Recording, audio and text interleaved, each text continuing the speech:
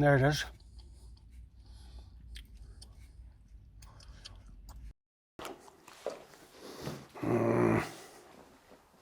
This is not going to be fun.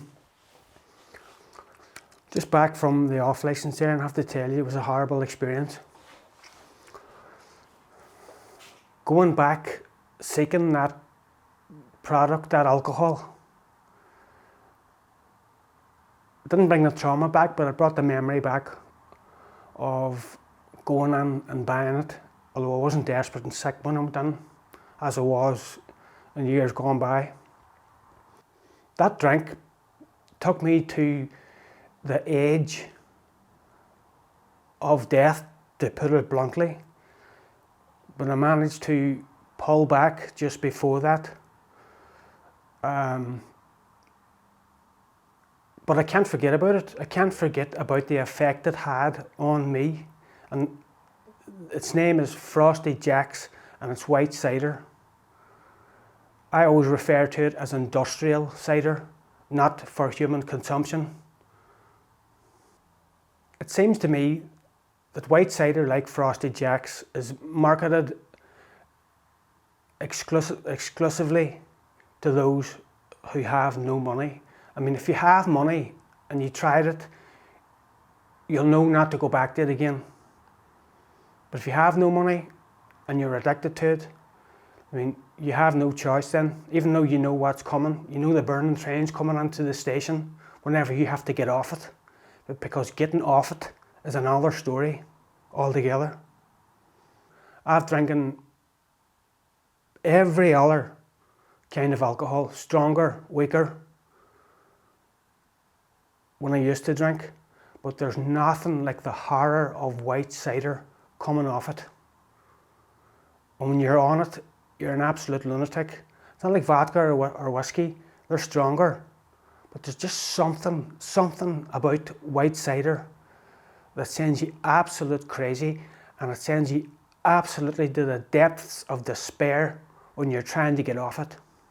Thames Research, a charity over in London, said that white cider is worse than crack cocaine. One drinker who they look after said it's like murder in a can. I tell you, it's so bad that in 2009, the makers of White Lightning, Heineken, visited a homeless shelter in London, and they seen the absolute chaos that white cider, that their White Lightning was having on the people who lived in the homeless shelter.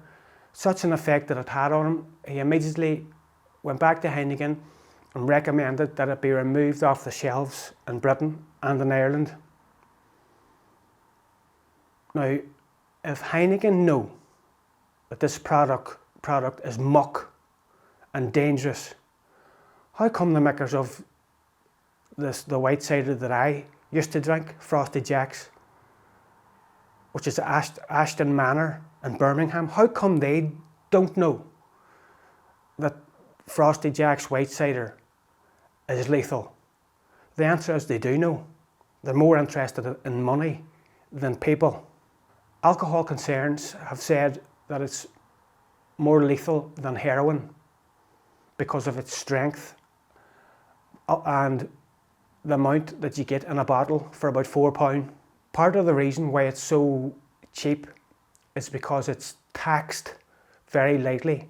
And the reason why it's taxed very lightly is because it comes under the term of cider. And cider is taxed cheaply because the British government wanted to protect quality cider makers and makers of quality cider, wanted to promote that as a business.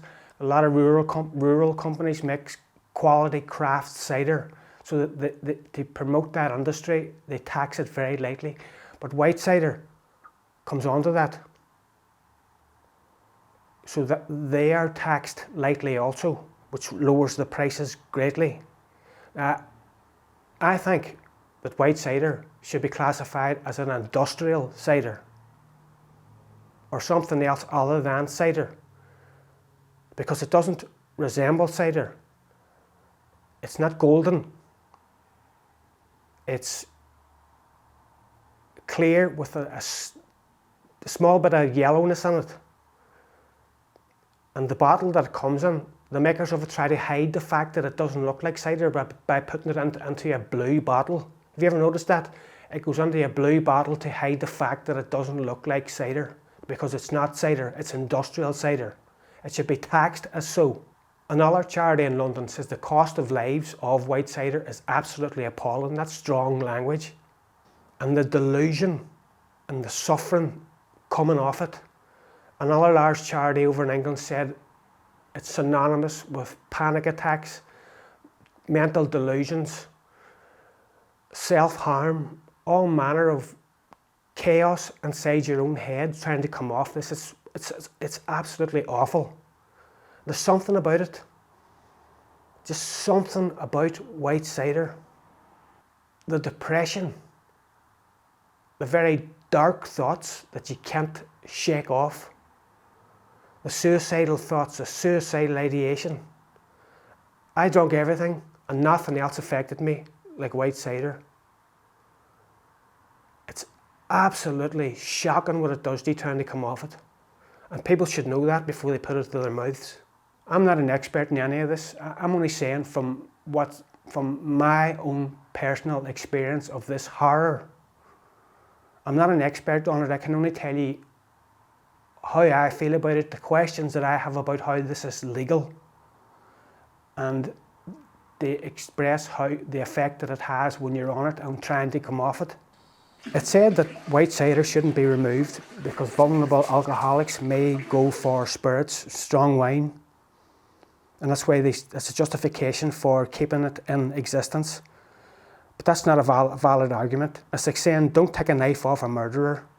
Let him continue murdering, because if you take the small knife off him, he might go and get a bigger one. I mean, charities know all about this. It's well documented. It's not just me saying it. No, it's not me saying it. It's not just me saying it. It's well documented. Look at it on the internet. White cider, it's everywhere. It's a serious problem.